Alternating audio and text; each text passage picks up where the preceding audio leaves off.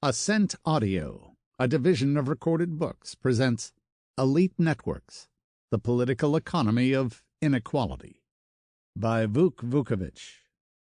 Narrated by Todd McLaren. Publisher's note.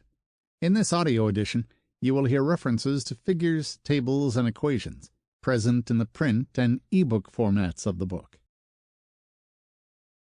Preface. This is a book about political power and inequality. It shows how the collusion between political and corporate power affects the distribution of incomes.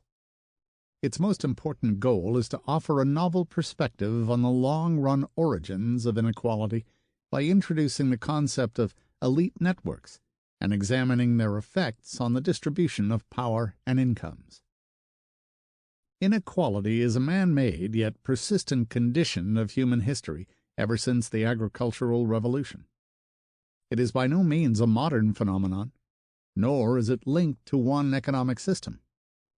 It has been present to a varying level of intensity during prehistoric times, in ancient civilizations, during feudalism, and in modern times in both capitalist and socialist economic systems.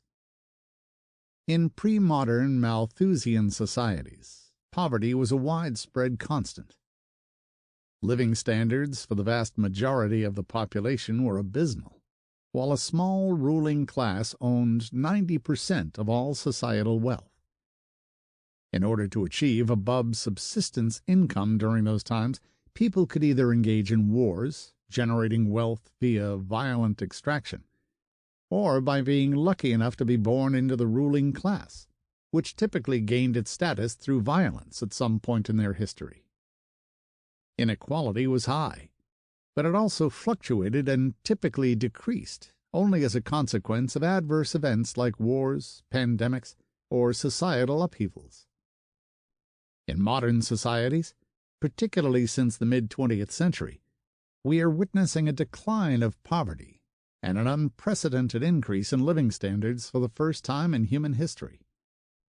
Inequality, however, still persists, given that forces determining inequality are different from forces that used to keep populations stranded in poverty and dismal living standards.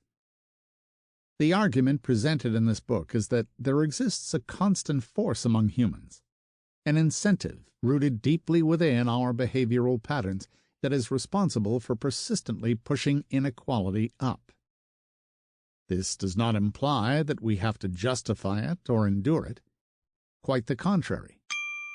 Sample complete. Ready to continue?